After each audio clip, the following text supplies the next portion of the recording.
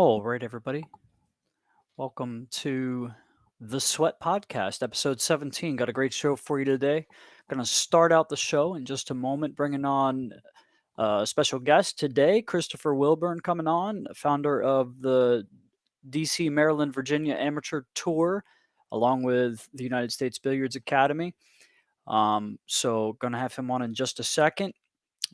So we're going to restructure the show once again. I think we're probably moving forward going to be leaning towards a little bit closer to this structure where guest comes on, do our thing, then we do the professional scene stuff and then local stuff at the end of the show.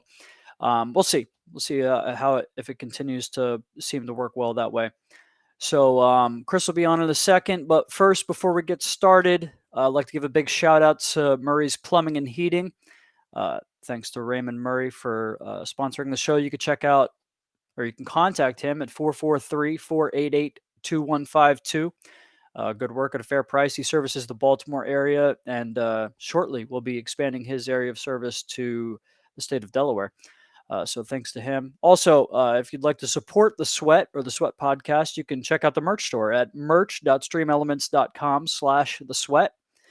And big thanks to everybody out there who has already purchased some merchandise through some of the hoodie fundraisers that we've done.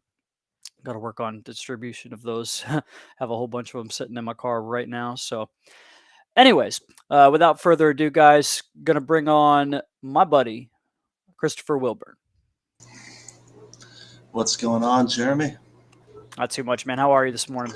I don't know. Got some stuff done this morning and some practice in and took care of some small things, getting ready for the weekend. I got an event this weekend at Bank Shot. It's 30 out of 32 players, so I got a couple spots left if anyone's interested. It's 8-ball on bar box, so fun to play.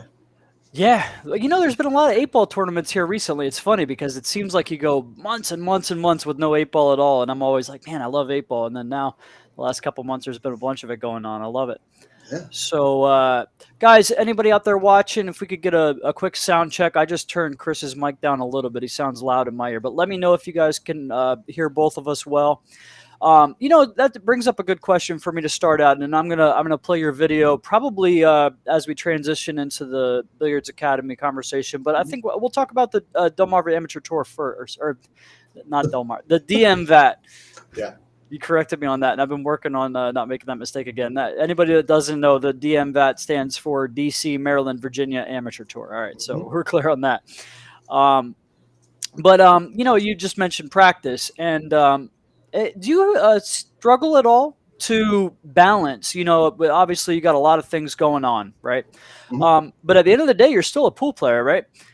So do you find it difficult ever to find a balance where you remember to kind of take care of yourself as Chris Wilburn, the pool player, and find time to practice and really take care of yourself and give your game the energy that it takes to maintain a high level of play?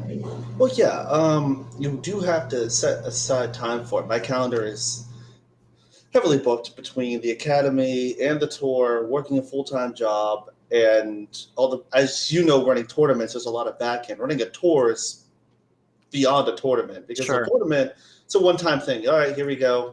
We're good to go. I have to keep track of points, added money if there is any, and the locations, getting set up for next year. Like I finally got my calendar done for next year, so there's a lot more in a tour than it is just for a one-off tournament. But when I do set aside time, I make sure to truly focus on the table, whether it be I do go to the gym, I take care of myself, eating healthy. And even if it's for an hour here, hour there, a couple hours here, it adds up. But when you go to practice, like I'm set to focus on this specific thing, whether it be a particular shot I've missed or something I want to work on or a skill I want to develop more. Fundamentals, I usually set aside time for an hour or two a week just on fundamentals like basic draw and follow the strokes and mechanics. But you got to be able to put that time in and control that time. Otherwise, you're going to start flopping here and there. I think you make a great point. It's so important, especially if you are limited on the amount of time that you can spend on the practice table, that you really make each moment count, really focus in on every shot, practice intentionally, right? I think that's what some of us struggle with is we just get out there, and especially me. I'm not really so much of a drills guy. I like to just run racks and everything. So there's times when I find myself kind of just going through the motions, So I think that's a great point. And it's great Well, advice for anybody out there that is well, busy, whether this, that be, like yourself, you have a lot of stuff going on in the pool community, but that's mhm. great advice for anybody out there Well, I who brought it. maybe has a full-time job, has some kids, has a wife Mhm. they have to spend time with, or a husband, whatever the case may be. I think it's really, really important. Well, So I got a couple of questions for you right out of the mhm. gate. Let's talk about your tour. Yes, How first of all, how long has your tour been running now? going into my fourth year. Okay, It started off as NVAT, North Virginia Amateur Tour, but then other pool rooms in Maryland wanted to grab onto it. For example, I had Bruising Hughes for a while and a couple out in Leonardtown, Maryland, and it just started growing exponentially. And I had to relabel it as the DMV Amateur Tour because I had included Maryland and soon to get DC. But then the pandemic hit, but I still kept the name. sure. Yeah. So while we're on it, or anybody that wants information on the tour, that's DMVAT. That's a Facebook group or a page, Yes, Chris? it's a Group. Facebook group. Yes, You guys can I have join the that group. schedule for 2022 already up there. You can see it up there, and I'm doing a women's event which I just finalized at Streetlight Billiards Academy in Alexandria on May 29th. So it's a women's only handicapped 8-ball event. Awesome. And you stream as well, right? You have Yes, a sir. Twitch account and I did. Facebook or YouTube? Just Facebook. I tried Twitch Facebook out, and Twitch. but not there's not enough presence there for pool players, so I just went back to Facebook. Gotcha. Yep. So you guys can check out Chris's live stream. That's in the group as well, right? They don't have to go anywhere else Nope. for Yep. that. Yep. Right there on the spot. Awesome. Beautiful. So anything you need to know about the DMVA tour, right there in that group, guys. Make sure you get It's yourself added into it's that group. it's a different group. What's a unique thing about the group? It's a lot of player voiced. I played on many tours: the Great Southern Billiard Tour when it was around, Predator Pro Am Tour, Action Pool Tour, numerous tours, and many high level tournaments. And a lot of it is like, this is what it is, deal with it, go. And I didn't like that, especially with some of the rules. Like one event I played in, it was rack your own. So rack your own, standard 9-ball, rack your own, 9 counts on the break, winner breaks. I'm like, what? And you don't have, some people aren't the nicest people out there, but it's just like, nah, I don't like that. So I made the tour for players to voice their opinions, voice their ideas. So women spoke up like, hey, we would like a handicapped event. JP Newt does a wonderful tour, but that's all even races. So, and I handle the handicap area very well. So I said, okay, let's go for it. And here I go.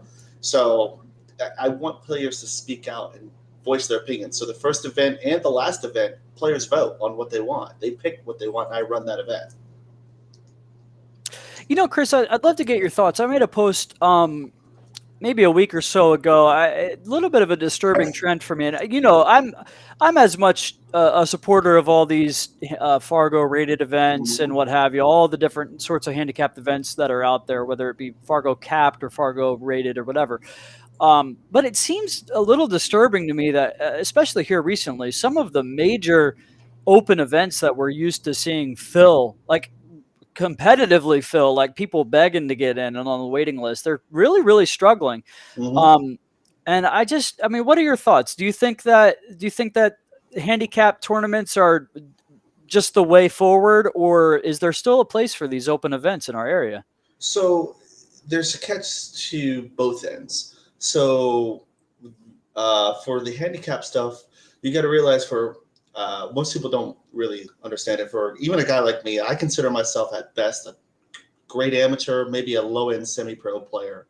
Um, and you walk into a room full of a league, 64 people, you have one player that's maybe a standout above all of that. And they play maybe multiple nights a week here and there. So a lot of the players in the area are used to that handicap. So they're like, why would I pay 40, 50, 60 bucks to just donate my money to whoever's going to win this thing? Very rarely do you have people, I can name a few, myself as included. Andrew Parks, another guy in the area. Derek Crothers, Christopher Funk, they're in my area as well. There's a plethora of players, though, that will actually go out, travel, and play in those higher level events, but even they have their limits. And like $1,000 for the U.S. Open. I mean, who's going to put that kind of money forward just to draw Earl, Shane, Thorsten, Nika, Jason Shaw, Joshua Filler, No, I mean, Fiddle? you add the seeded bracket in there as well as a Exactly. factor in that one. So So there's both ends of it all. If you do want to get better, you've got to play a higher level play. But what's the limit that you're willing to spend to do so? Because again, you're not probably going to make money, and it's a learning cost that comes along with it. But then the handicap stuff's like, okay, I have a fair chance. So it's kind of like this weird catch that goes between the two.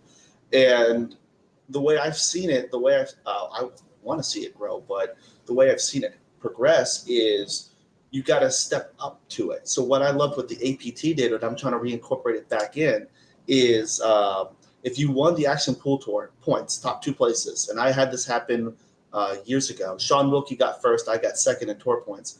We got a free entry into the U.S. Open 10 ball out in Vegas. So we both got to fly out there. We hung out. It was cool. The same That's thing. awesome. What I'm trying to do with my tour is, hey, if you're the number 1 in points, I'm going to give you a free entry in either Maryland or Virginia State, whatever state event you want, and give you a free shot at that. So now it's not costing you anything to try that upper level. Well, pandemic kind of hit and things changed around pretty quickly. But I want to bring that back and give people that opportunity. Like, hey, I want to give you that chance to go to that higher level. Give it a try. That's kind of what they want, like a step up. I think that's an interesting idea, Chris, and I think if maybe more of these tour directors that are incorporating Fargo rate handicap systems and whatever handicap system, maybe we should look into more free entries into Well, some of these open events because. And it doesn't have, like you mentioned, it doesn't have to be a U.S. Open. It can be a Maryland State event or one of these events, just so people get their exposure to that sort of thing and realize, some of the intimidation is warranted and some of it's just snake under the bed syndrome, right? Once you go play in one of these events, you're like, you may still have the worst of it, but you really are going to enjoy yourself. You're going to find that all these great open level, pro level players are really nice people and they're going to talk to you and teach you and you're going to enjoy yourself. So right? the thing is, where's the limit? So that free entry, it's got to come from 1 to 2 places. One, the tour, so myself would pay for you to go. And some tours don't make that kind of money. So it's just, I'm not saying I make a lot of money with what I do, but I make enough where I'm satisfied with the amount of work that I handle. Right. But then if the other caveat being the tour not the tour, the state event provides that free entry. There's a good partnership there. It's like, okay, cool. I'll save 1 spot for you. So that money has to come from somewhere. And then if it continues upwards, so you want a free entry from my tour to the Maryland State, Delaware State, whatever state event. And then if you happen to win that, you get a free entry to this event and it just progresses upward and upward and upward. That'd be a great thing to have. But then where's the line drawn is like where's that connection going to stop? Because the U.S. Open, now owned by Matchroom versus Pat Fleming, who is the International Open, which is still good, but like, which is the right way to go and who's going to give you that opportunity? Who's going to reach out and say, let me give you a free shot here? I just thought of a great idea. Like literally just right now off the top of my head, it kind of came to me. I think it's an awesome idea. You see a lot of events who have some sort of a payout for highest finishing either female, which I'm against, by the way, but maybe highest finishing 550 and below, or highest finishing, depending on what your rating system's going on. And I like that idea for a couple reasons. Because one, if we did say that, hey, the winner of this tournament gets such and such amount of money and a free entry into this such and such event over here, well, 9 times out of 10, the winner of that tournament is still going to be a really high level amateur player who was probably going to go buy his way into that tournament anyways, right? Yeah. Like you mentioned, guys like Derek Crothers and yourself and that like 600 to 650 level player, right? There are going to be a lot of the guys that win. But what if we thought about highest finishing 575 and below or something like that and make it different for every event depending on what you're doing and advertise it? Maybe it comes out of the prize fund. I don't think anybody would have a major problem with that because you're trying to attract more of these lower level players to these events anyways, right? Well, yeah, but again, I'm just sharing your post right now. It's providing that drive. So, for example, you're rating 450, 475, 500, 550, whatever. And my top level players, of course, like Logan Harrington's another one and things like that. And Derek Crothers is another. They're the 640s, 630s, 600s pluses. Like, okay, so it's handicapped. So you do have a chance to get there, but it's not as big as a jump to go from 500 to 600 than it is to go from 600 to 700. That 700 drop is just insane. And if you're sitting there like, oh man, I almost had Joe Schmo, maybe next year I have a better chance. You practice a little bit more, hopefully put that drive in and get some more help. And then boom, next year, now you're in the finals and you have a chance to win it and go forward. I think just to go backwards a second and clarify what you're talking about there, for any of those Fargo apologists out there, myself being one of them, on paper, technically, there is the same difference between 500 and 600 as there's from 600 and 700. Results oriented, if you're talking about a 600 versus 500 or 700 versus a 600. But what you're saying is to close that gap as the 500 trying to become a 600 is much easier to do than it is to go from a 600 to a 700. Oh, by far. Yeah. So you got it's all linear graph. So as you go higher and higher in the scale, the jump becomes exponentially higher. I mean, Shane was an 834 Fargo, and he was highest there for, oh my God, a good couple years at least. Out of nowhere, it took almost 2 to 3 years for Joshua to finally get 1 point above him. And Shane went down a point. So he went to 833, and Joshua went to 835 for a little bit. And now Joshua is supposedly the highest rated player. It took 3 years for Joshua to do that. He won the U.S. Open. He was dominating for a couple years there. 3 years. Yeah. Versus I've seen 500s go from. I saw one of the players, David Hennessy. He went within the same year. He played earlier in the year in my tour in January, February-ish. And Chris Hansen was another one. They both are about 650 Fargos when they started playing. And within the same year, went up 30 points. They're 680s, 670s now. In the same year. Yep. So that jump, that linear jump, is just insanely high at that level to go from 6 to 700. To get 1 point, I mean, it's insane. It really is hard. Another player that could probably testify to that is Derek Crothers. He's been in the 640s. It took him forever to get up 4 points. But it all, of course, depends how much history you have in the system as well. The more games you have in the system, the harder it is to move the needle. But I mean, even if we ignore what the actual rating says, even if we're just talking about the skill set, and forget whatever your rating says it is, if you're a 500 and you're trying to make the jump to 600 level pool, that jump is much easier to gain the skill set required than it is to go from 600 to 700. Yeah, that 700, like I'm working on that myself. And the amount of time I've spent on my break is just ridiculous. Like I've been blessed to know a lot of top monsters. Shane and I are pretty cool. Shane Van Boning. I've had lessons from Joshua Filler. I've had lessons from Niels Fayed and everything. And the amount of time I need just for the break is just, I got to get like 6-7 hours at least a day on that break to get real good results, to get that jump within a couple years. It's insane. It really is insane. Yes, Thomas Haas is a great example of this. So we went off on a big tangent here. I figured this was going to happen with us, so I didn't really write down a whole lot of specific questions I wanted to ask you because I knew everything that we talked about we could probably talk about for about 30 minutes. So easily. So we'll move on. The DMVAT tour, guys, check it out. Awesome events, and he's all over the place. You can find one near you for sure. Oh, yeah. How did you get into reffing?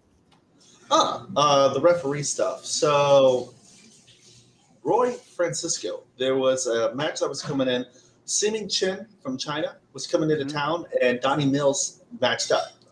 And they both wanted a mutual racker. And Roy Francisco hit me up because before the tour, before even Northern Virginia Amateur Tour, I had something called Nova Action, which was a ladder system, a challenge list for league players. It was actually, I was designing it as a pro level league where the players can challenge each other at different rooms. So I would go to the house that you play in, but I choose the game we play, or vice versa. You come to my place, and then So then I was refereeing all of that, watching hits, calling shots for a good almost 2 years of that.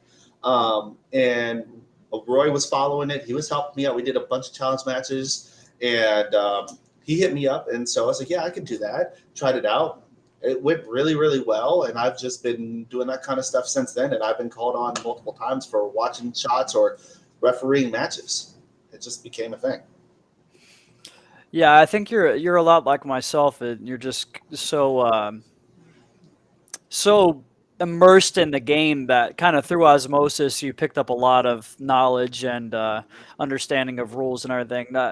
Any formal training on the reffing, or just stuff that you've picked up? Yeah, that's Yeah, what I stuff I figured. picked up, and So asking the players and whoever is running the event, like, what do you want? Like, how do you want things? And just taking your time and being cautious with what's going on. I mean, there was one rack. It was near the second set. It was in the second set. I think it was either near Hill or at Hill. I can't quite remember the specifics. Where there was just a couple balls that were locked on the rack, and I had to be like, they had the overhead camera, and I didn't even know they swapped to that camera. And I'm just delicately moving this rack out without disturbing any of the balls. It was definitely a tense situation because there was a lot on the line there. you make me nervous. So I've seen you ref, and I know how you are. Like you're and I wanted to get to this too, so it's a good segue. But you're probably one of the most energetic people I've ever met in my life. Mm-hmm. And for me, that's a compliment. There are some people, and I know, and you know, that it's almost off-putting to at times. Yeah. But and so it makes me nervous because I know how much of a high-level energy guy you are, and all of a sudden you have to like take care of all those quick twitch motions and get down and be surgical and get the rack off. And I'm on the sidelines like, you can do this, Chris. You can do it. And of course, you're good at it, and I've never seen you screw it up. But it's just funny that those are my thoughts as you're doing it. The benefits of a moderate form of ADHD is like the hyperfocus, like a minute and I'm done. So Sure. It happens. So are you diagnosed with ADHD, Chris? I was when I was young. Whether it's still there, I don't know. My mom was just like, oh, he's just energetic, and they never prescribed me Ritalin or any of that. But it's still in my file. I was diagnosed moderate ADHD. I was like, okay. I mean, it seems to fit the bill, and it's not a negative thing, I don't think. I think if anybody out there knows anybody with ADHD, or whether they be somewhere on the spectrum with Asperger's or whatever, anybody that you've ever met like that is, like you mentioned, the hyper focus, able to really, really lock in on whatever it is that they're. It's almost like they get obsessed with certain things, right? And if that is the case, it seems to have paid off for you in this case. So what do you say? Let's get into, and I'm going to play your video real quick, and I'm going to come back with a question after that. But think about this while I'm playing your video for everybody to watch. How do you respond to the people whenever you try to start something? There's always people out there that just are negative, whether they be some sort of a bully, or some people are just negative by nature. They're pessimistic. They are inclined to see all possible negative outcomes and err that on the side of thinking that good things are impossible to happen. So think about that and how you respond and how you deal with those things as I play this video of yours for everybody. All right.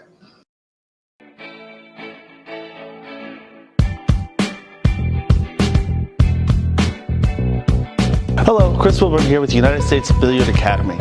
After 17 years of playing, I'm deciding to giving back to the wonderful sport of pocket billiards with dedicated training and discipline that I've learned over many years.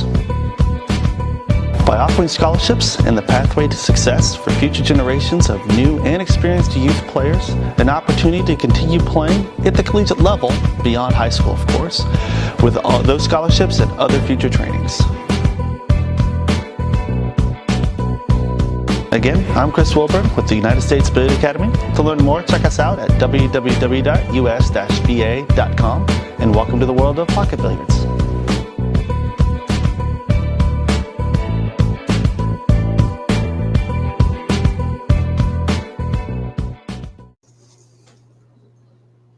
All right, so there you go. Let's talk about the Academy. And first of all, you can answer the question that I just presented to you about, we'll call it naysayers or haters or whatever you want to call it. That Academy is a monument, so to speak, to those naysayers. Sure.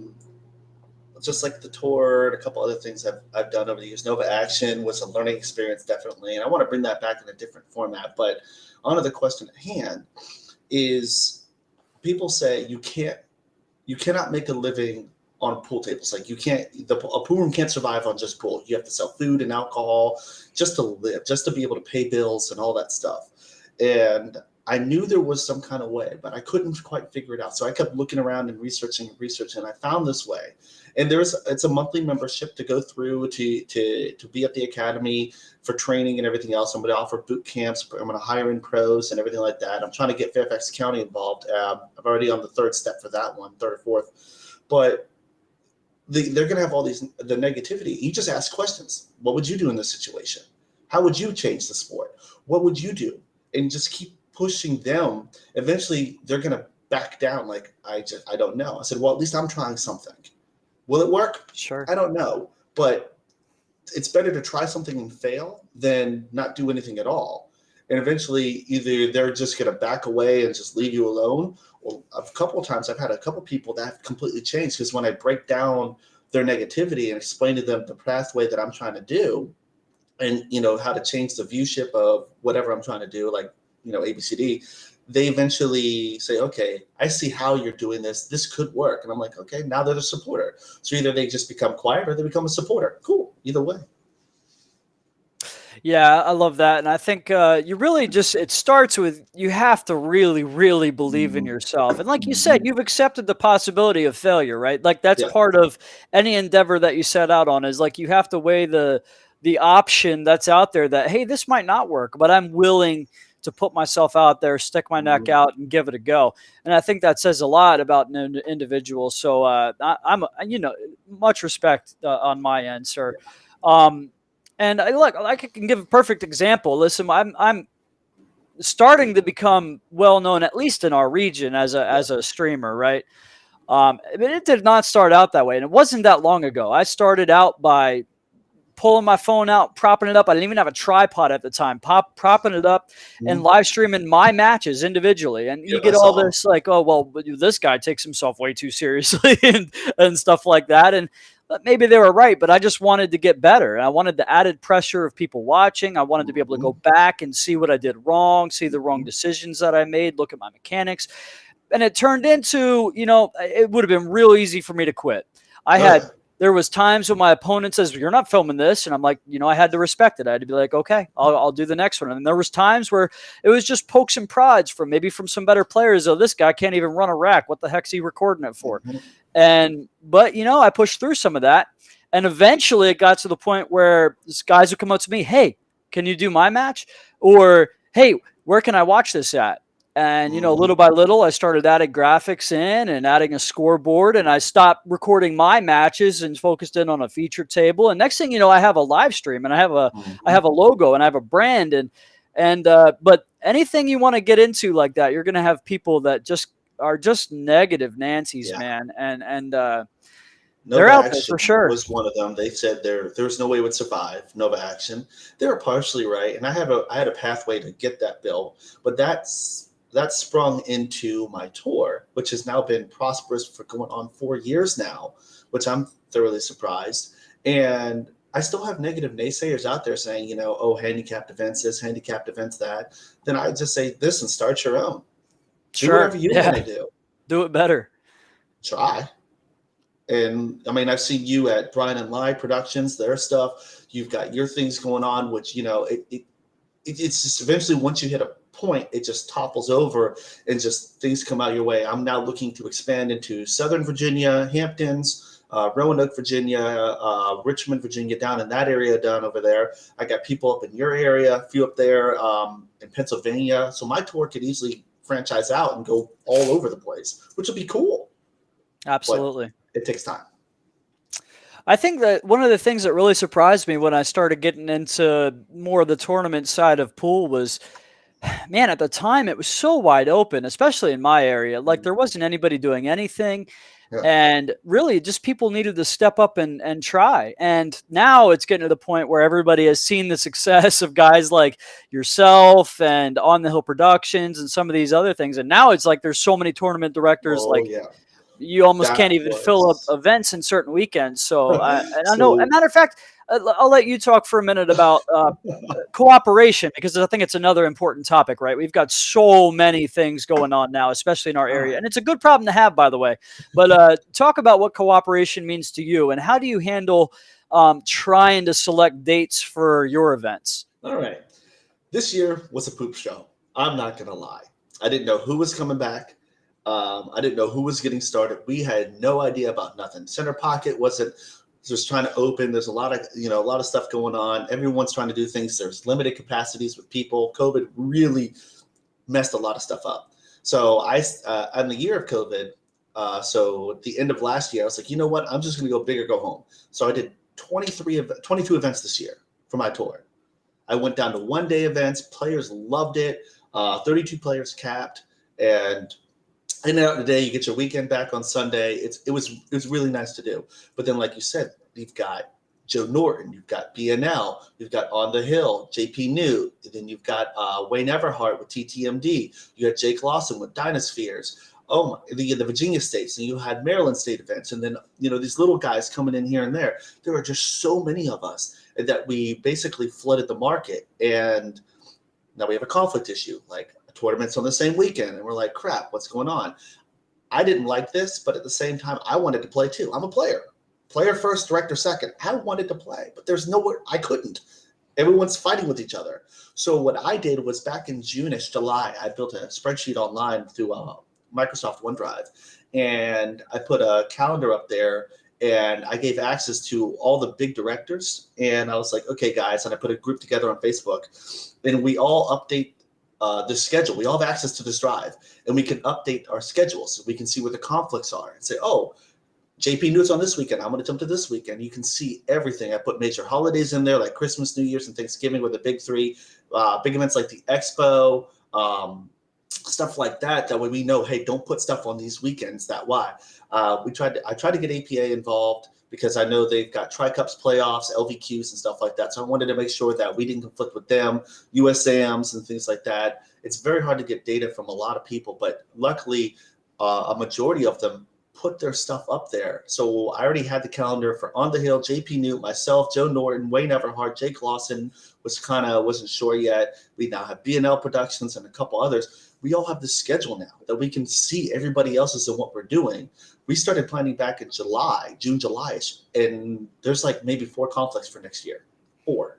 That's awesome, man. And I didn't know that you had done that. I've seen Brian post a spreadsheet before with some of that stuff. But that's awesome, man. And See if I really commend you for that. let me see if I can get you the not the access, but I'll show you what we're looking at.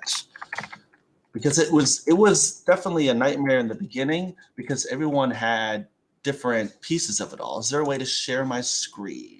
I don't know. I know I can share my screen. I'm not sure if you can. Window, Microsoft Edge tab, right here. Share. Boom. Yeah, there you go. Let me throw that up here. It should be. You should be able to see it right away. There you go. So, like I said, we have JP Newt. That's my tour schedule. I added my women's event there. You got Joe Norton, On the Hill, and it just keeps going over and over. And people, it allows everyone to see what we're doing. So we got some conflicts, but nothing too bad. And then we're going to look at the 23 schedule, where I'm going to put the Virginia states in first, and the Maryland states. That way they get priority. That way no one conflicts with them. They're the big ones, like the Central PA Bar Box, USAMs, the Expo. We're going to be working together to make sure that we don't have conflicts anymore. Like you see, though, it's like some of them, like we have some conflicts here. Like this one here, Joe Norton and I have a conflict somewhat in May, the 3rd weekend in May, the 21st. But it isn't a big one, because he's at Center Pocket and I'm at First Break. We're not near states enough away. Yeah. And then the highlighted ones are the ones where the real conflicts are. And it's just like, okay, so we got 4 or 5 big ones. It's not too bad, but they're not. So JP Newt is building their schedule right now. So I know they're going to go on. But like, we're working to prevent a lot of these conflicts with this. So all of us have access. We can upload our schedules and edit whenever we want to and see what's going on with everybody else. That way we're benefiting the players more. That's awesome, man. I did not realize that you were at the forefront of that. Mhm. But man, good stuff, Chris. That's awesome, dude. That needed Gotta to be work done. together. And I had seen Brian post one before, but I didn't know whether he had It was created that. it or yeah. He made it look a lot prettier. I have some IT background, but I think he did a lot better job making it look more organized than what I could do. And I appreciate him doing that. And it was just, that's all it is Well, the same thing. he made it a great thing for the players to look at, right? Where they Yeah. can He see made it look, everything yeah, going on. prettier. So, but man, that's really good stuff, dude. And I think it's a great testament to the sort of heart that you have. And I think this is something that people say all the time, but not everybody can really back it up, that a lot of us really just want what's best for the game. And I Mhm. know that's true for me, and I know that's true for you, Chris. And Yeah. I appreciate that on your end. Mhm. So I guess we'll move on from there. Kids, man, you got a heart for the youth.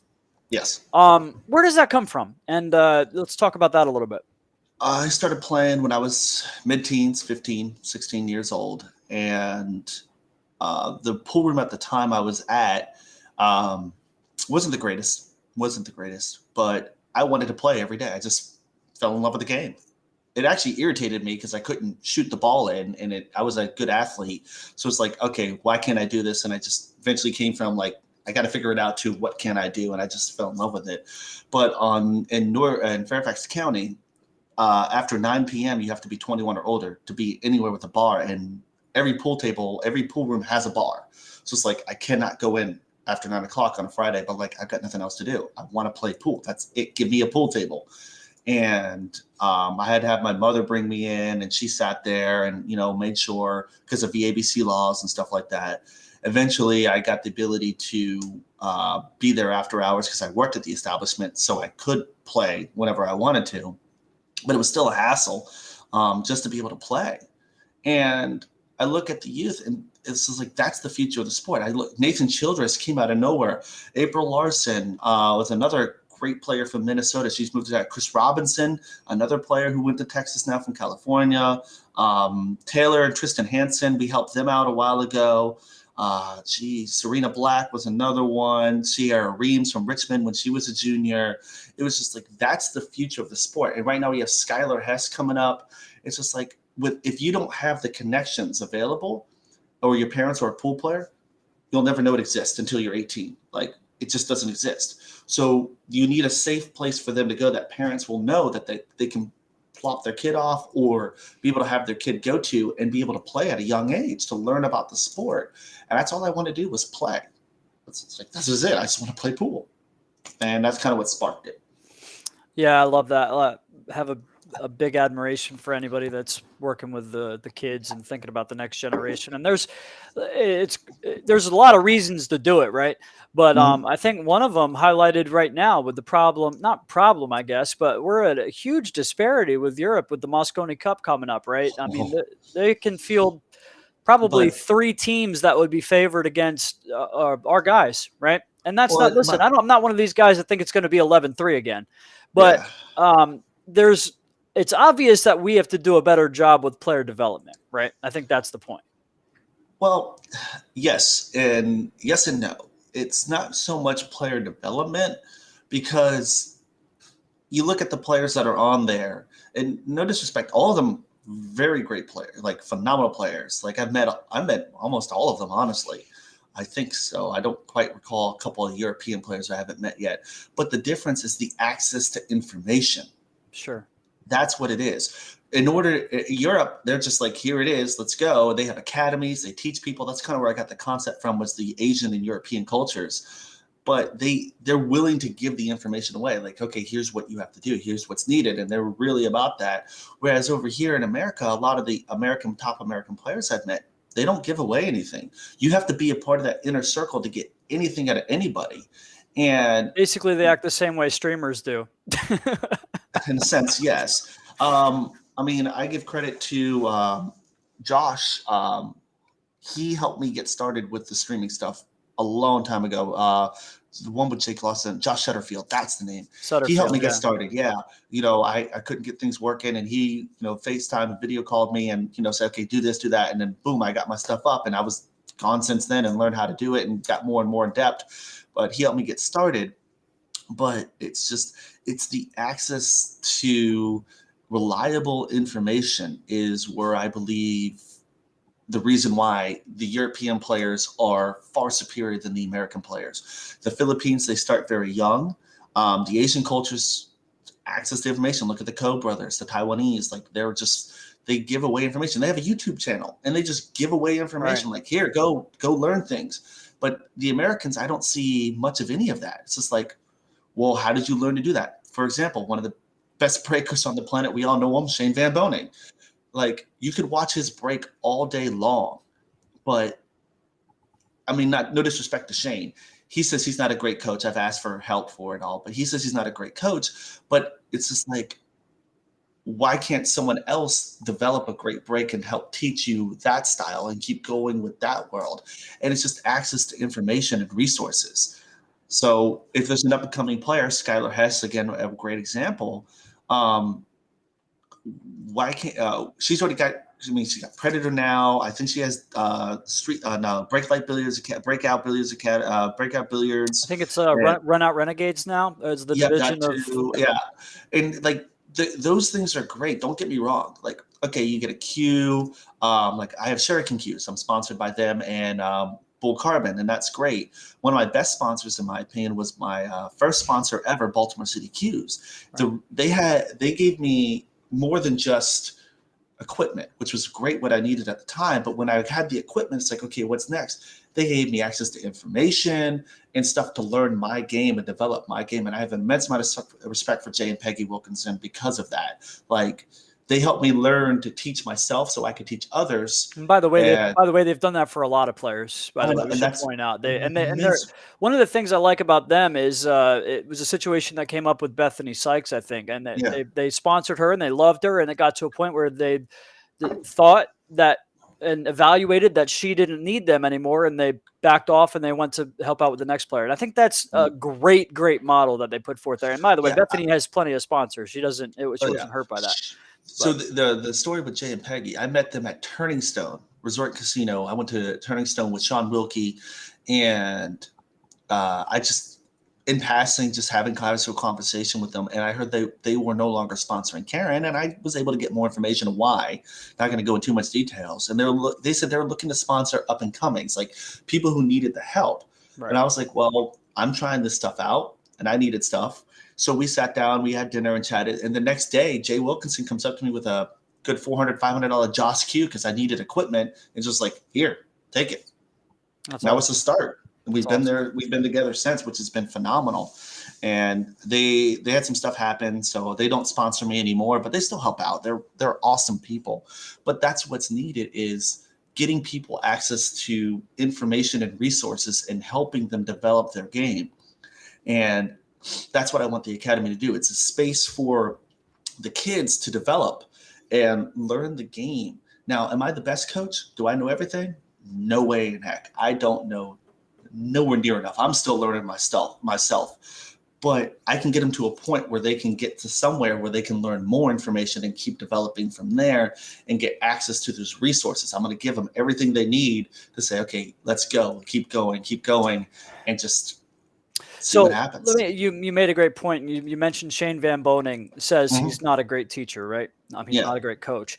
And we should point out that he's probably right. And there are people that can teach and there are people that can't teach. And there are people that are really good teachers and coaches, and there are people that just aren't, whether that be they don't have the desire to or the patience. But some people really just have this innate ability to articulate and get their point across to someone else. And not just that, but understand where the knowledge deficiencies are in the person that they're talking to. Say, I say this, and I see in this person's face that they don't understand these three rungs of the ladder that lead them to this thing that I'm trying to teach them. And that, I think that's so important. And I know that you mentioned that you might not be the greatest teacher because your knowledge ends up here somewhere and there's another level above that, right? But I think the more important part for me is you seem to be one of those guys that do, one, have the patience and the desire to teach, but also have the ability to do those things that I mentioned. So how did you first discover that desire or that love to get information to other people that needed it? Well, first, I was a swimming coach. I actually used to be a high-level swimmer, and I became an assistant swim coach and a diving coach, springboard diving, and I taught lessons with swimming and diving for a good few years. So I actually had not a natural ability, but I learned that skill to teach and coach. And then learning from other people how to coach others, reading books and, stuff. But what really got me going in that aspect, I got to give a shout out to Andrew Park with USAPL. He built something called the development team. And I coached it. It's for brand new players who've maybe never even held a cue before. Don't know stance, nothing. And I had to teach them from bare bones. I'm talking Fargos that are 176 now. They're 176 Fargos. I've never seen a Fargo that low in my life. But these players I've got, they are adamant about learning. Like, they show up to league, they practice, they meet with me. We develop their skills, and they're really learning. Like, one of the players I had, Brandon Housey, I think is how you pronounce his last name.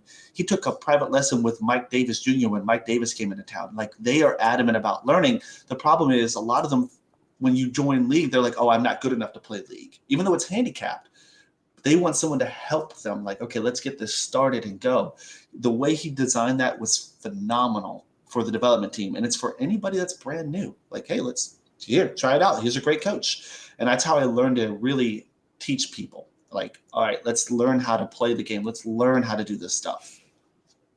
Yeah, I love that. I have a couple more questions. Sorry, we've already been on for almost an hour now, Chris. I don't know what your schedule looks like. I'm clear. But I have a few more questions that are coming up. For me, one, do you have a certain skill level or group that you seem to enjoy teaching the most yourself, whether that be beginner players, intermediate somewhere, or players maybe just below where you're at? Well, first off about that is I learned from everybody, and I think everyone can learn something from everybody. Sometimes it's not about what you can do, but what you shouldn't do. For example, my brother Scott had a lesson with Thorsten Homan. I went and played an event. He was my guest, my brother was. And he took a lesson that I didn't even know of. I went and played my match and came back, and he's doing something differently. I'm like, where did you learn this from? Thorsten Homan. He's like, oh, yeah, it was that guy. And I'm like, holy crap. He didn't even know who it was. He didn't really know his name. He was still one of these players. He was like, yeah, but it's that guy. I'm like, that's Thorsten. Like, that's a world champion. Right. And he got his autograph, got a photo. Cool. So Hall of Famer. I may know something that a 700 player might not know. Is it likely? But probability still states it's there. But I also might know that something they shouldn't do. Right. Same thing.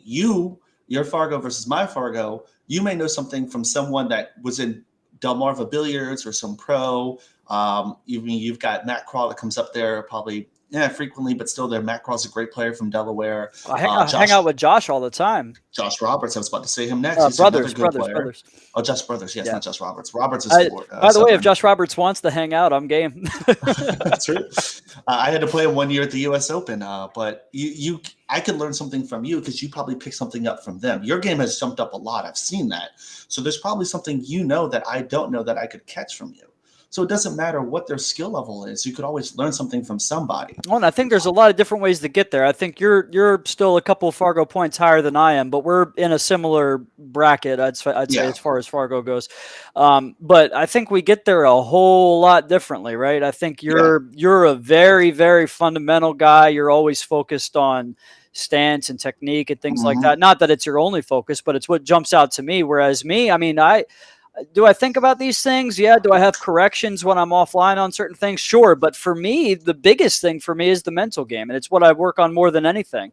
And anytime I have a conversation where maybe I'm imparting knowledge to somebody else, 9 times out of 10, it's about patterns or mentality versus anything mechanical, right?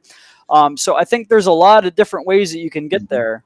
And maybe at a higher level, like well over 700, it gets to a point where you have to really put it all together, right? Yeah. But I agree. I think everybody can learn from everybody. Yeah. So I'm not afraid to coach anybody. At the same time, I'm not afraid to learn from anybody at the same time. I believe in the fundamentals for as a swimmer, as a high level swimmer, is because no matter where you get the technique at a certain point will become very similar amongst a bunch of players. The type of loose wrist, the follow through, they stay down, their patterns are very similar. So what sets it apart? Who's more mechanically refined? When that tough shot comes up, who's more likely to pocket it and get where they need to go? So that's why I heavily focus on the mechanics, because if I know I'm mechanically sound, I know I can make that ball. Great mechanics are one of, if not the best way to beat pressure, right? Pressure breaks pipes, but muscle memory is a very, very powerful thing. And I think that's one of the things that you certainly preach alongside of in connection with the fundamentals. So I guess we'll work towards wrapping this up a little bit. Is the Academy active now and accepting clients, and how can somebody go about getting in contact with you concerning anything that they want to talk about the Academy? As of right now, it is not active. I'm working with Fairfax County Public Schools to get that contract. I would like to partner with them. I mean, you're talking 95,000, 100,000 kids easily to have access to bring new players in. Like, I know Lily, she just commented, you have a kid too. She's got kids. And you guys know enough of the game that you could get your child started if you wanted to and get them on a good path. The parents I want are the kids that I want are the parents that don't even know pool exists. Sure. They don't know knowledge of it, nothing. And I want a safe place for them to drop them off. Yes, I need parents like you and Lai to, hey, this is a good avenue to go through, which is why I want the Fairfax County School contract. Because if it's in their program of after-school activities like swim and dive, track, cross country, all those other sports, football, baseball, whatever, if it's affiliated with that, it actually has a good image on it now versus the image it currently has. I'm trying to rebrand the entire image of the sport by getting that school contract. I have a safe place, no alcohol, no food or drink, no smoking, nothing. It's just pool. And I want that group of kids that doesn't even know about it. That's what I'm looking to get. So I am accepting students, but I want to get the contract first. That way I have a pathway. So you can get to the collegiate level. You can get scholarships. I'm going to be offering scholarships through the program as well as you compete, as you learn. I'm going to, sportsmanship's huge with me because I've seen players, even at the highest level, who don't have the greatest attitudes. I want to reward the good attitudes. I don't believe in participation trophies. I don't like it.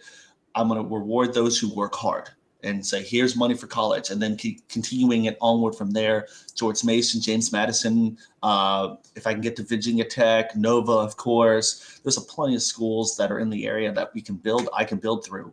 But building that pathway to success, starting with the next generation of players, if not 2 generations below, that's where my focus is. I'm trying to find the name of this book that I just finished reading not too long ago, but it popped into my mind. I was thinking about it recently because Robbie and Rachel have been flying Skylar all around the country to play in these junior events, the JIC and everything. And I thought to myself one day, I was like, man, they must be spending a small fortune for this young lady to, and in a way they are, right? But then I read this book that was really talking about youth sports and specifically travel youth sports, whether it be basketball or softball or volleyball. And it's amazing the amount of money that parents dump into travel ball for teams. And there's no governing body. There's these different organizations charge basically whatever they want in fees, and the parents fork it over. Parents will do anything for their kids, right? So after reading this book, I thought to myself, well, shoot, man, Robbie and Rachel probably picked the best thing they possibly could have for their daughter as far as how much of an investment it's going to be for them. And that's not to say they haven't spent money, because they have a lot. But I think I said all that to say that I think once parents see this possibility, especially once it becomes connected to a scholarship opportunity, and the small amount of competition involved relative to any other sport, I really think there's a serious opportunity here for you, Chris, and for anybody else that wants to be involved. because there's a market for it. There really Oh is. yeah, It's just the problem is the information gap, right? And like you yeah. said, that's what we're That's working why on. I'm getting that Fairfax County. If once it's out there, it goes to, I think they have 33 high schools in Fairfax County with over 95,000 kids in the high schools. That means Wow. that's a huge outreach that I can get to very easily, and a lot of it's paid luckily through the government, so tax dollars, and I thank people who pay their taxes for that purpose, because that's going to help the sport grow. Essentially, you're helping it without even knowing you're helping it, which is awesome. But like the junior internationals, I love what they're attempting to do. I don't know the full scope of it. Same with the BEF. I love what they're trying Sure. to do too. But and APA leagues type stuff, nothing against APA. They have junior leagues and all that other stuff. Great. I love that. But once they hit 18, that child hits 18. For example, Nathan's in his last year. Nathan Childress is almost, I think he's just 18 or 19 years old. Sierra Reams is another one, and April Larson's are two great examples. What's next? Sure. Oh, and like Shane Wolford's already past that, right? He's graduated from the programs and Yeah. moved But on. He's a 22-year-old young man. yeah, but what's next? Like, okay, so now you can't compete in the junior stuff, but where's the next stage? What if, I mean, April Larson, I know is going to college. She went to college and all that stuff, and good on her. And like you said, some people might not be pool players. They might be better coaches. That's why I want to do the scholarships. Hey, do you want to go to college for, engineering? Do you want to go for being a teacher, whatever? Okay, here's money. Go ahead and go. Have a nice day. If you want to be a pool player and actually go down that path, I want to have that resource available. Okay, here's where you need to go next to get to that level and continue going and going and going. And then here you are. That's the stopgap I've seen between amateur leagues. APA, of course, is the only one that I've seen that has junior stuff. I don't know about TAP or CSI. I don't know enough of their programs. Yeah, I'm not sure either. Yeah, but APA, BEF, and JIC, once they've grown out of it, what's next? There's nothing there.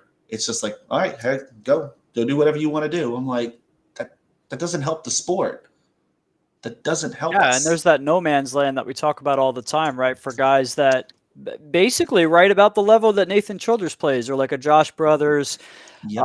Shane, I think, has kind of started to make that jump. He's still on that trajectory where he can.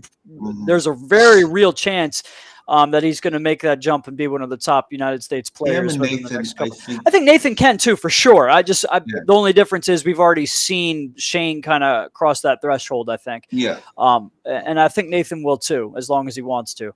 But you're right. There's a huge no man's land. Do you know of anybody else that's sort of attacking the problem in the same manner that you are anywhere in the country? Nope. I looked online before I got the trade name for United States Billiards Academy. I went online and looked. There's other academies out there, but I don't even consider them academies, because that's what they labeled themselves as for whatever reason. They're boot camps. So like 2-3 days, maybe a week-long training with a player. Sure, like Demi or whatever. Yeah, and then you're like, Guys okay, like okay, we'll get you to, we'll guarantee you another level, whatever, cool. But that's not an academy. Well, and he's not even necessarily geared towards youth per se. He'll take youth clients for sure, but he's really just for any level of age or skill level. But again, like, there's no one attacking. There's no one going after the problem, which is we have no new players coming in unless they're parents of pool players, kids, like yourself and Lily, again, example.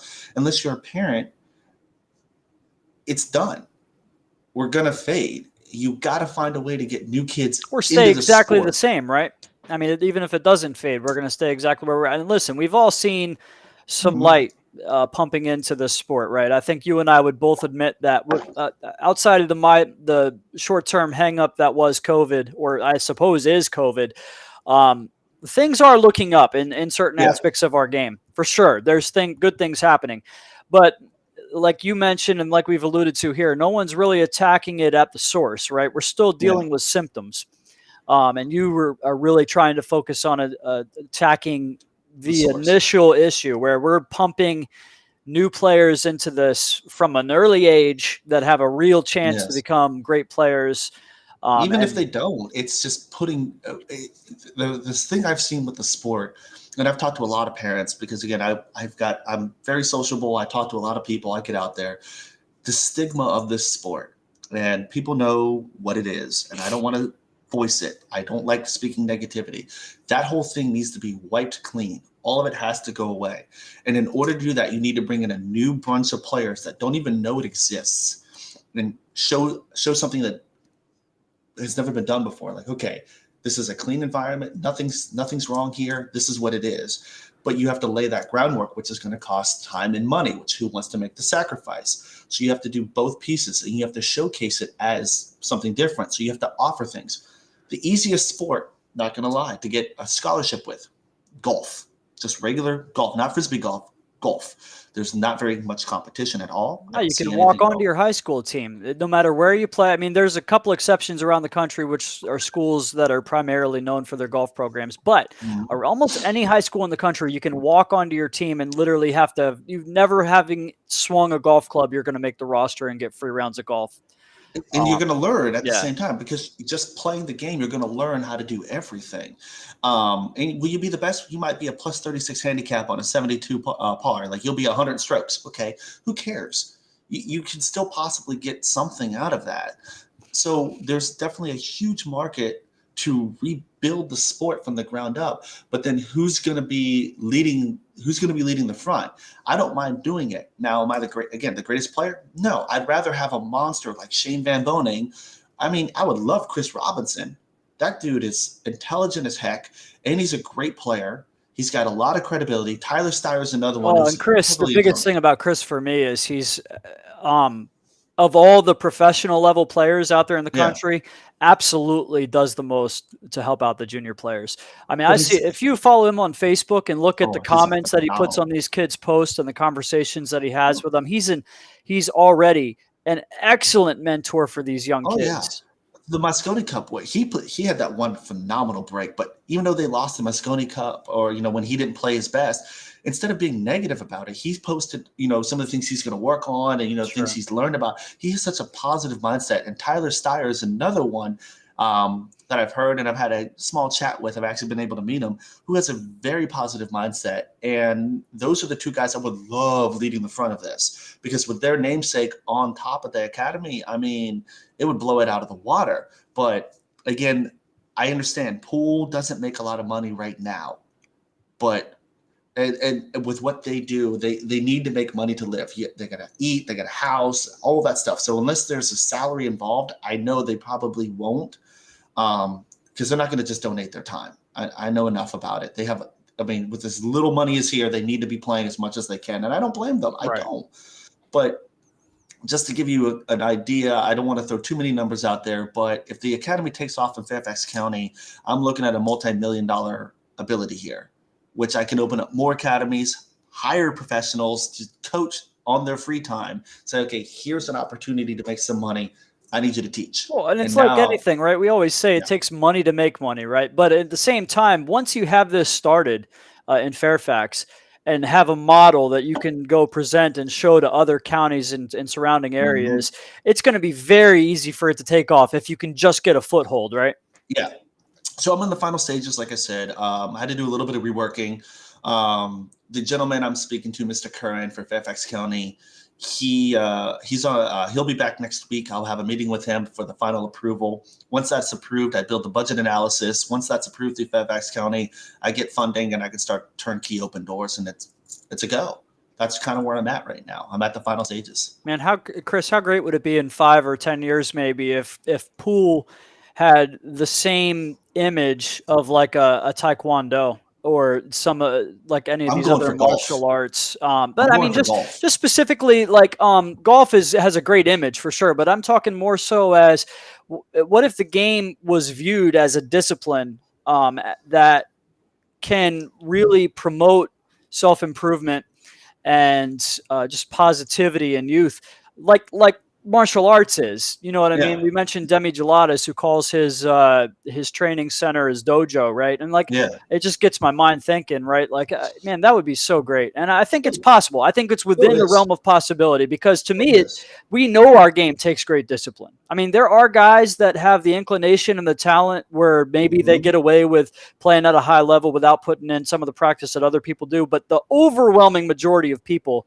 if you're going to be any good at this game at all, it takes a ton of discipline and hard It work and does. effort. And But believe it or not, it's not as much as you think. To be what I would consider an average player, about 550 Fargo in the case of true, average. sure. I mean, but there's levels to this crap. You know what I Oh mean? yeah, oh yeah. There's levels. I mean, to get to the 600 pluses, you really got to work. 700s even more. So it depends on where you want to take it. I mean, again, is everyone going to be a top class athlete? No, but the hard work is always going to pay off, and discipline is definitely the key. But it's also the the type of discipline.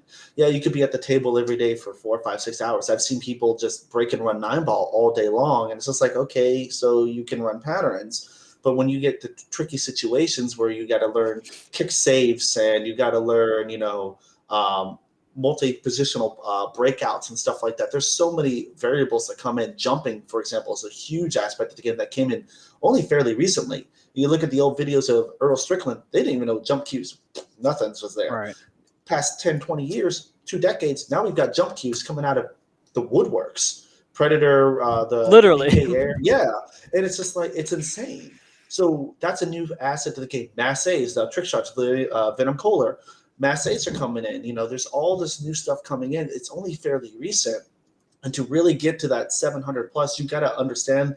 You might not be good at it, but you got to understand those skills. So the type of discipline that's needed it's just unreal. It's unreal, but it's not impossible. I agree, and we've been live over an hour, Chris. I'm going to get you out of Yeah. here. I think this has been an awesome conversation. I really appreciate you coming on Mhm. very short notice. By the way, we talked about this last night, so really, really enjoyed having you on, and we'll have to do it again at some point, Chris. I'm sure we could talk for hours and hours about Oh yeah. various topics I within mean, the game. what you've done at Delmarva Billiards, I mean, the tournament there and the streaming that you've done, it's not easy. It is not. People people do not understand how much work's involved running a tournament, and let alone streaming a tournament, updating everything. So how do we attract major players? Okay, I will get on this real quick before we go. I saw this one come up. How do we attract major players like Puma, Nike, Adidas, etc., etc., etc., etc.? Build it backwards. I started it backwards. So, for example, I use golf as the best example, and this is what my train of thought went. Golf has Rolex. They have Mercedes Benz. What is a Rolex or a Benz going to do for you in golf? Nothing. Literally nothing. It's But got why do nothing to they? do with it. Yeah. But why do they put their logo out there? Because they have a lot of viewership. I mean, they're talking millions of viewers. All right. And look at the way they handle the sport. It's very professional. They have clothing rules. Like you have to wear certain clothings and pieces. You can't dirty up your clothes when you play golf. Nothing. Like they're very strict on it. If you ever read a PGA tour, you can see like the rules that they have in place, even for the players. Like off the court too, just like basketball, they have to be presentable off the court as much as they are on the court. So it's insane. So why do they have that image and why do they have the viewership? Okay, well, look at the image that they do have. It's the character building, the respect, the discipline that they have. Okay, so where did they get that from? From the pathway. They have this success built on, go to training, then you can learn from pros or world champions. They have a process. They have healthy places for kids to go to learn to develop the next generations. Well, how do we get the next generation in? You got to build a pathway to success. For example, golf, you can get a scholarship. Pool, you have nothing. So that was the first step to my mind. Okay, so if we get the juniors involved, we can get scholarships involved to get the parents to get kids involved. We change the stigma of the sport to more of a character build and discipline and structure and so forth. And then it just compounds on and on and on and on. And all of a sudden you'll have what golf has. You have to duplicate what already exists. That's how I built that plan. That's how we get Nike, Puma, whoever we want. Because if our viewership gets bigger, because all of a sudden your kid is now on the Mosconi Cup, you're going to be like, oh, look, there's my child. Or, some junior massive event out in Russia, because that's where they hold the Junior Worlds is in Russia. All of a sudden now we're getting 1 million views on a regular tournament. Like all of a sudden now we've got the attention of those guys. Now we can get them involved. But you have to start from the bottom level. We have to start fresh from the juniors that are currently coming up. Will it happen in 5 years? I'd hope. I'd love that. But I think maybe 10, 15 years with the right structure and the right pathway, duplicating what golf has, you'll have it done. You can have it done. That's how you get it. Well, it's going to take two things. It's going to take guys like you that are willing to try stuff, and it's going to take everybody else not being negative and not acting like it can't happen, at the very least, and at best supporting it. Now, that being said, if somebody is interested in helping out, Chris, what can they do? Would that be financially or volunteer work? What do you need? Financially would be nice. I want to see what my approval is from Fairfax County before I get any financial stuffs. But being able to help, I'm going to be eventually, I already have a business account, but I'm going to be putting another account together to build in for scholarships for these kids. And that's where I want the help to be. The more scholarship money that's available, I think the more parents will put kids involved. If a kid can get 2 years, so basically their associate's degree for college paid for just by playing pool for 2-3 years, beautiful.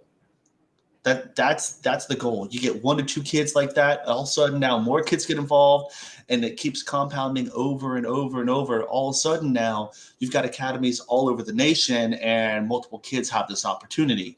It starts with just 1 kid, though. That's all you need is 1 kid. Now I want to do multiple kids. That would be lovely if I can get the multi-million-dollar contract. I'm going to help a lot of kids, but that's where the piece is. I've got S&T Billiards. They're doing a Q program for me. Jay and Peggy with Baltimore City Qs. They've got tables set up for me. I've already got the place, location. I've got people willing to do build outs for me so I can get, all enough space. I got balls donated. I've got just about everything else lined up. I just got to get that approval. But the scholarship money is where I want to focus. The more money available for kids, the better. By the way, an aspect that we haven't mentioned, which is probably worth talking about, Chris, is, okay, kids means schools, right? Schools means government funding, right? Government funding means money in the game.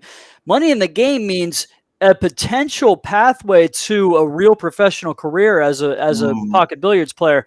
Some of these guys out there that can teach, right? Some of these guys out there that even could just be the face of a franchise, right? Like a Chris or a Tyler, whether they want to teach or not. I mean, this is something that, if it really happens and goes well, is good for everybody at every level in the sport. Mm-hmm. But what the players have to, both players of my caliber, the ones above me, the ones below me, all of us as an entity, what we have to first realize is pick the spotlight from me, pick the spotlight from us, and put it on those kids. That's where the focus needs to be. What can I do to help them out? Because if they get involved and they love the game, kids talk. Oh my God, you know this. Oh, Lai knows this. They talk. Well, my son doesn't talk yet, but I have 25 nieces and nephews, so. And they talk to their friends at school, and then all of a sudden now it just starts compounding, voice after voice. And you know how I know you've dealt with nieces and nephews. They're like, oh, I want me, no, why, all the time. Eventually they're like, fine, let's give it a try. And then they're hooked, just like I was. They're hooked to the sport, and it's gone. That's where it is. Yep. All right, Chris, I'm going to get you out of here real quick. Is there anything, any sponsors you wanted to talk about or anything before you get out of here, whether as a player or whatever?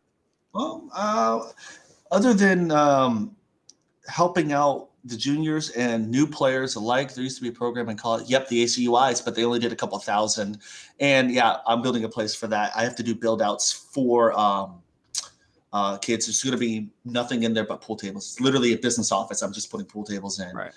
That's kind of what my lookout is. But the new players, and I'm talking APA ones, players who've never even held a cue before, those people 9 times, I wouldn't say 9 times, I'd say most 7 times out of 10 really, have a kid.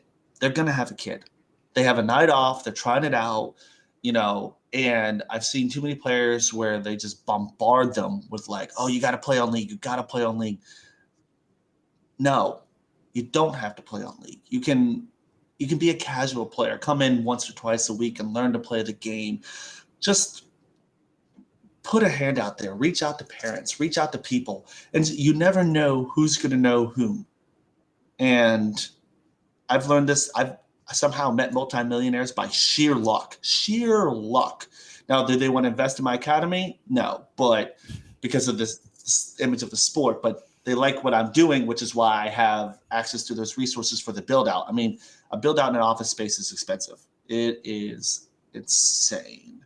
I'm talking $10,000 to $20,000 just to tear down walls and put new walls up so I have open floor plan. But being able to talk to people and like bring them into the sport in a more casual manner. Hey, come check us out. Come play pool with me on a weekday or weekend night where there's no league. Just come play pool. Let's hit some balls around. Let's try it out. Get them to know the sport in a positive light. That way they can associate the sport with you versus that ugly stigma we want to get rid of those two pool movies that everyone knows that I've never seen, and I'll admit it because I don't want to know about them. I know about them, but I don't want to know about them.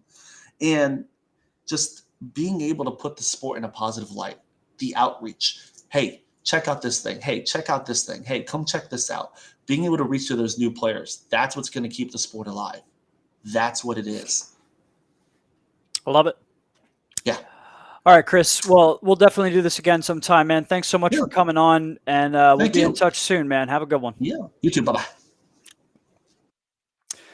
All right, guys, I'm going to fly through the rest of this stuff today. Look around the pool scene, the Dynamic Billiard European Pool Championships in Antalya, Turkey, 9-ball championships, under 23 division, Alexa Pichelj of Serbia, your champion, the women's division, Margaret Fefilova of Belarus, champion, wheelchair champion, Juni Tati of Finland, and of course on the men's side, Josh Filler from Germany, a winner. Carlo Beato wins the Abu Dhabi Open 13-6 over fellow Filipino Jordan Banyaris. And then, of course, congratulations to the 2021 Virginia State 8-ball champion, Mike Davis Jr., and runner-up Larry Kressel. What to watch coming up on the professional scene, guys? First of all, check out the 1PKT Power Rankings Top 20 video with Joey Ryan, Melina Mike, Scott Frost, and Jeremy Jones. You can go back on Pool Player Podcast page, Windows Open, or the Booth Brothers, and get the footage of that. They aired that last night. Or maybe the night before, actually, if I'm not mistaken. Cue It Up Network had JJ, Jeremy Jones on to preview the Moscone Cup yesterday, guys. Check that one out on Cue It Up Network Facebook page. Jason Shaw versus Dennis Orcollo coming up real quick. 2 days from now it starts. That's 10-ball race to 120, November 19th through 21st. Pay-per-view on Omega TV. Moscone Cup presented by Matchroom, December 7th through 10th, live from Alexandria Palace in London, England. You catch it on the DAZN app or Sky Sports if you have that available to you. Let's get into the local recap. Lots going on last week. Wednesday night 8-ball tournament at Delmarva Billiards. There was 18 players. I won. Second place, Bill Adams. Third place, Jim Moeller. Congratulations to those guys. Friday, Delmarva Billiards weekly handicap 9-ball tournament. 18 players. I won that as well. I had a good week. Mike Passwater's in second, Chris Jenkins in third, and Kyle Bailey finished fourth place. Congratulations to those guys. Friday night 9-ball at Milford Billiards in Milford, Delaware. They had 20 players. Shout out to Roxanne Swift, tournament director. She's been doing a great job. Tariq Almala, your champion. Second place, Eugene White. Third place, Anthony Smith. Fourth place, Ran G. Saturday 10-ball tournament at Delmarva Billiards. By the way, tournament director Will Davis and I think Tim Sample may be helping him. These guys are trying to get a 10-ball tournament going at Delmarva Billiards in Dagsboro, guys, every Saturday evening. You can check out the Delmarva Billiards and Sports Bar Facebook page for information regarding that. First one, last week they had 11 players. Pompey Pamplona and Chris Jenkins chopped up first and second. Robert Valentin in third place. Congratulations to Robert. He's an older gentleman. He's been coming to all my tournaments for the last couple months and the Wednesday night tournament at Delmarva, putting in a lot of work. So nice to see him cash. Black Cat Pool Tour 549 and under was last Sunday. James Sanders, your champion, Jerome Thompson in second.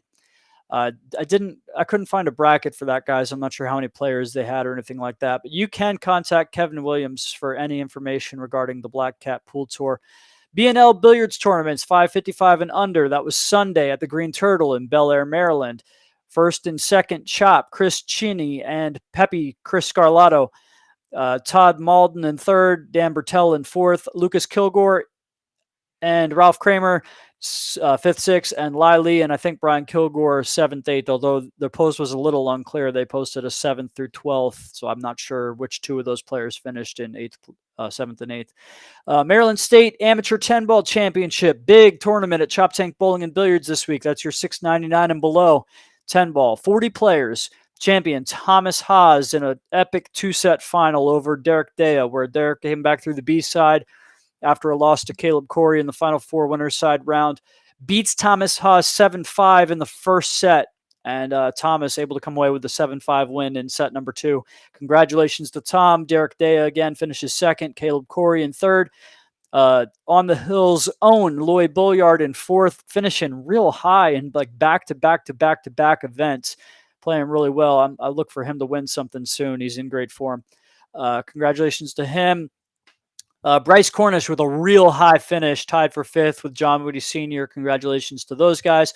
Scott Haas, Tom Zippler, 7th, 8th. Tom's Bullpen in Dover, Delaware, 6 and under 8-ball tournament. They have that weekly, race to 2 on both sides. This week they had 18 players. Kyle Smith and his brother Kevin finished first and second.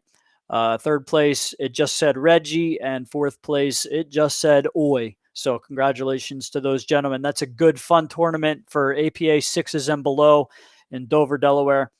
Local upcoming schedule, guys, flying through all this information. Hope you're catching it, but we had a long interview there to start the show, trying to get this done in less than an hour and a half. So local upcoming schedule, DMVAT, event number 20. This is Chris Wilburn, who we just talked to, his tour. 8-ball this Saturday at the Bank Shop Bar and Grill in Laurel, Maryland. Contact Chris Wilburn or check out DMVAT Facebook group if you'd like to play in that event. Capped at 32 players. Triathlon event, 8, 9, and 10-ball, open to any active tap players at Brews and Q's on the Boulevard. That's this Saturday. I think you have to contact your... you could probably find out information on the Brews and Q's on the Boulevard page, but I'm assuming you're going to have to talk to a TAP representative for information regarding that. Weekly handicap 9-ball tournament this Saturday at Chop Tank Bowling and Billiards. Back at it after the week off for the Maryland State Amateur 10-ball championships. You just have to show up for that, guys. Calcutta starts at 1 o'clock. Doors open at 11 a.m. Good tournament every week. 12 and under Scotch doubles, 8-ball on the winner's side, 9-ball on the B side at the Frederick Moose Lodge in Frederick, Maryland. Contact Sarah Ivins or Rachel Ray if you'd like to play in that. That's this Saturday.